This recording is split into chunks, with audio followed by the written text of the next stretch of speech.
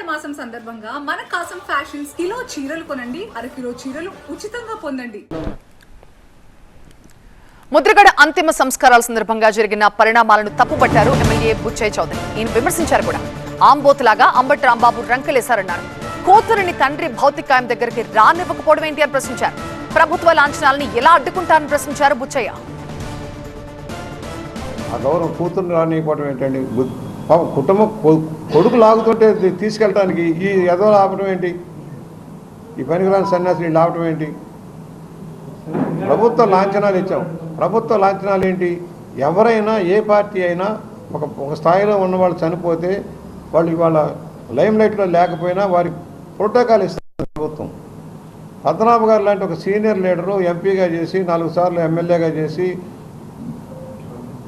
ఆయన ఎమ్మెల్యేగా చేయడమే కాదు 2 సార్లు మంత్రిగా చేసిన వ్యక్తికి గౌరవించాలి ప్రభుత్వం.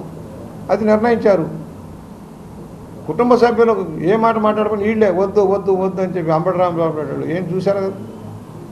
ఆబోతులు అంకెలేసినట్టే పోలీసుల మీదకి. ఆబోతులకి ప్రజలు ఆల్రెడీ గుణపాఠం చెప్పారు.